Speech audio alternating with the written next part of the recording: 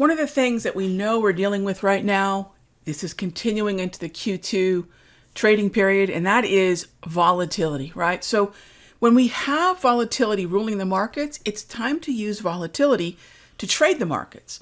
So what we want to talk about here specifically is swing trading. Now, what do I mean by swing trading?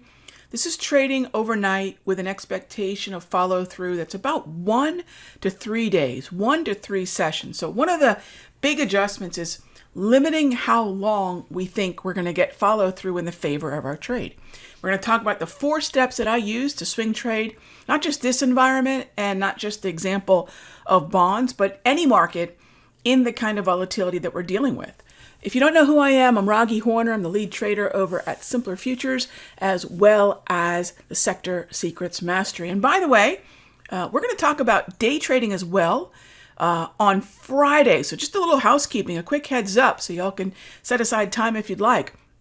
I'm going to go live on YouTube during non-farm payroll this Friday at 8:15 a.m. Eastern. If you want to run it down, we'll have a 30-minute session.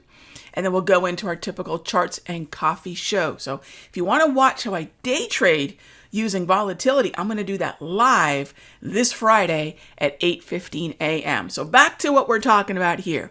Swing trading with volatility. And you might ask, Rog, what's the difference? Well, step 1 for both is know the market structure. Is it bullish, bearish, neutral, or non-trending?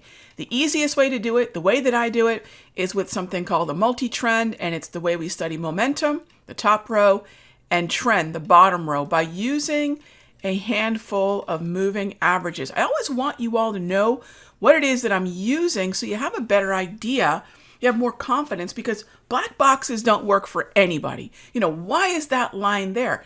I'll tell you what it is that I'm looking at. And in this case, it's the 8, 13, 21, and 34 exponential moving averages. All right, by the way, I am on a 1-hour chart. This is the ZB futures. Yields have continued to go down. That means the chart of ZB and, by the way, TLT will continue to go up. So yields and the direction of those two markets are inverse or negatively correlated. So as long as we're looking at bonds front running eventually what is going to be a July or September rate cut. All right, we are looking at rate cuts being discounted today, gang. Today's JOLTS number, that jobs opening number, that was slightly lower than expected. That's quote unquote bad news, and that's bullish. That's good for the market. And that also means it's bullish for the euro, bearish for the dollar, bearish for yields, or bullish to the bond futures themselves, and indices love that too. The way that we want to swing trade is remembering that structure dictates strategy. Yellow is neutral, green is up. So I'm going to be open to buys down in this area when I have confirmation. Now, use whatever confirmation you'd like. I like a slow stochastic. It just works. If you've been into any of my classes, like the recent DPMR Masterclass, these, by the way, are the daily price movement ranges. It's an indicator I created about a decade ago. We've automated it. We've really fine-tuned the curation of the data that plots these zones. If you're looking for automated zones on your chart for swing trading, just nothing is going to beat the daily price movement range. It's a specific zone. It's not a bunch of levels. It's just going to show you, okay, this is the pitch over the plate. And by the way, hourly price movement ranges work like that too.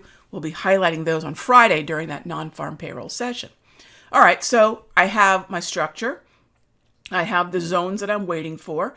And then the next thing, and this is the hardest thing for most traders, it's not so hard when you have automation, I will say.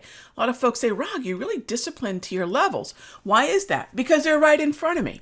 If I don't know where my levels are, if I haven't automated where I want to be a buyer or a seller, it is easy to get antsy. It's easy to get twitchy and impatient.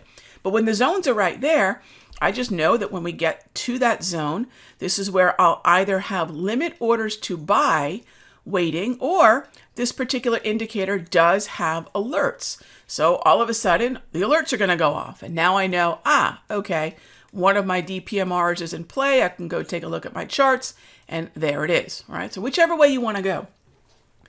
Once it's there, again, confirm it with your preferred indicator. That's my choice, to use a slow stow. And you'll notice here it's near the low.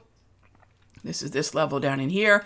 By the way, this would be near the high up in here, just like that, right? If I use a sort of coordinated view of whether or not we're sloping down towards, say, the midline of support, whether we're at the low, or whether we're at, for example, the high, which you can see right here, depending on which way we're moving at it, like for example, here we are moving up towards the high, right? Here we are moving up towards the resistance of the DPMR. That's what we're putting together here, gang. It's really simple. So you need the zones in the chart and then follow along. That's it. Wait for the pitch across the plate. And the idea here is about 1 to 3 days. All right. So if you're looking for follow through longer than that from an entry, it's probably going to be pretty frustrating at the moment. So these are the 4 steps to how to use volatility when swing trading, right? Overnight exposure.